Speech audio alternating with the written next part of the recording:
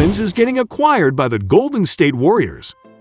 Prior to the draft, there was considerable buzz about Ben Simmons joining the Golden State Warriors. Then followed the Sixers bid, and it was clear that no deal would be reached. Now, stick with me until the end. This is the truth. The possibility is currently gathering traction. Why? It's because Simmons is clearly separating himself from the franchise and doesn't want to stay in the Philadelphia area. Golden State is one of the teams he aspires to play for. The Golden State Warriors are split on whether or not combining Sixers guard Ben Simmons and three-time All-Star Draymond Green is a good idea. Andrew Wiggins, James Wiseman, and 4 first-round choices were on the Sixers' wish list. Sorry, Philadelphia, but that trade is a pipe dream because Simmons isn't all that useful. Many in the organization aren't convinced that he'd be a good match alongside Draymond Green. It's also an excellent point to consider. I think the Warriors internally are divided on the potential fit of Simmons with Draymond Green. Do you agree? Zach Lowe said Tuesday on his Low Post podcast. I've been told they are. They're divided. Stephen A. Smith continued with, Joel Embiid, the MVP candidate, was often teamed with Simmons.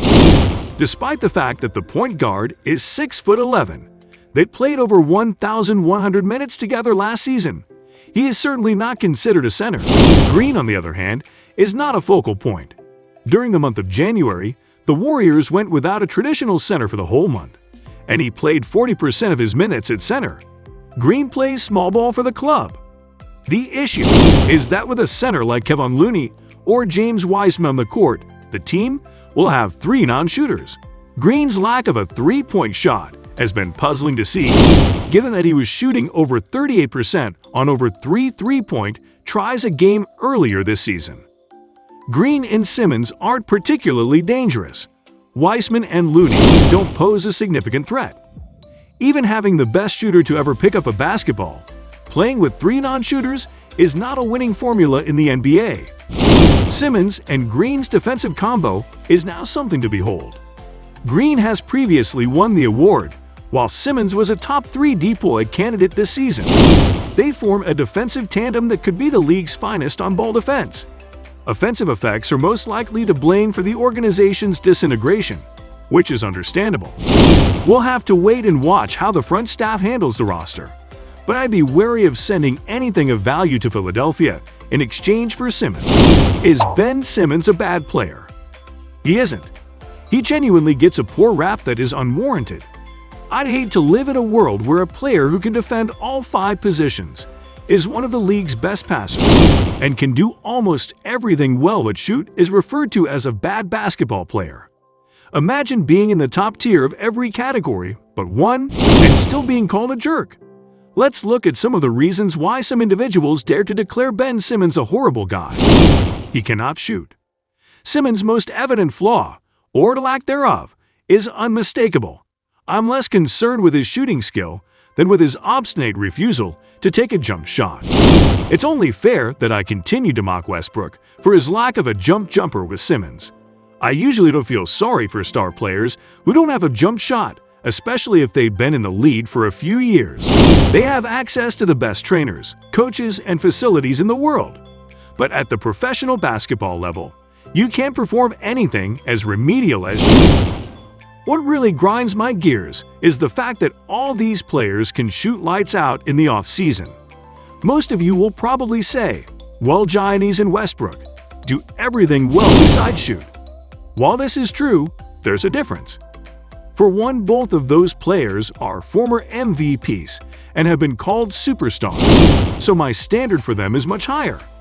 They've both been in the playoffs consistently, and they both have fallen short consistently.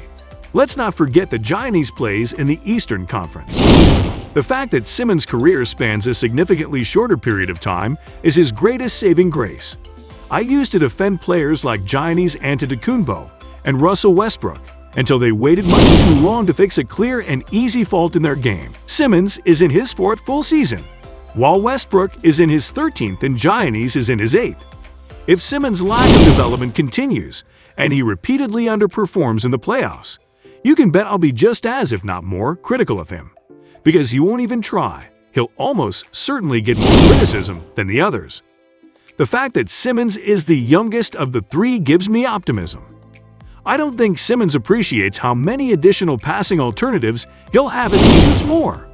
While he lacks shooting ability, I believe he makes up for it in other areas of the game. Some of you will argue that Westbrook and the Greek Freak compensate for their heinous shooting with other acts of kindness. They do, but their careers thus far have demonstrated that it is insufficient to close the gap, particularly when compared to other previous MVPs. Ben Simmons has yet to show that his inability to shoot has resulted in a lackluster playoff performance. Let's give him some slack till it does. His inability to score. I've asked several people what Ben Simmons can't do besides shoot. After a long pause, realizing that there isn't much else he can't do, they then blurt out he can't score, as a last-ditch effort to try to salvage the embarrassment. I never understood why so many people equate points per game to being good, when in some cases it is overwhelmingly clear that it should not matter. Depending on a player's play style, points per game are important. Some players have a style that makes it appear as if scoring isn't a priority for them. Nobody ever grumbled when Jason Kidd and Rajon Rondo put up high numbers in the scoring department. Why? Because passing is their best attribute. They weren't anticipated to score. Does this ring true to you? Why do so many people care about Simmons scoring now, when he has never been known for it? People will nitpick your weaknesses if they believe you are underachieving. Most basketball critics recognize that being awful in one category isn't enough, so they go a little further. They devised a scoring system. As I've already stated, shooting goes hand in hand with this, so those who say this are essentially repeating themselves. If scoring has never been a focus for a player, I will never expect them to score more. This is something that should be common knowledge.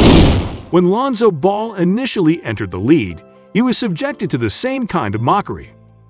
Another point guard capable of doing everything but shooting. Ball was chastised for his low-scoring figures, and the fact that he was a triple-double threat every night was overlooked. He turned to say hello, as you can see. Don't expect someone who isn't a scorer to score more. I don't get it. Simmons was never considered a scorer, so why are we now condemning him for not scoring? His game is considered obsolete in the half-court. This is particularly true during the postseason. This is a statement with which I can concur. Ben Simmons has a hard time becoming decent in a half-court scenario. In a 7-game series, teams have a tendency to slow the game down and prevent fast break opportunities. I'm not concerned about Simmons' inconsistencies in the half-court because, once again, he has time to demonstrate that his half-court play style isn't damaging to his team's playoff success. Final thoughts. I'm optimistic that the 76ers will go far in the playoffs, something that players like Giannis Antetokounmpo and Russell Westbrook have done in previous seasons. Without Simmons, the 76ers' chances of winning a title are minimal to none.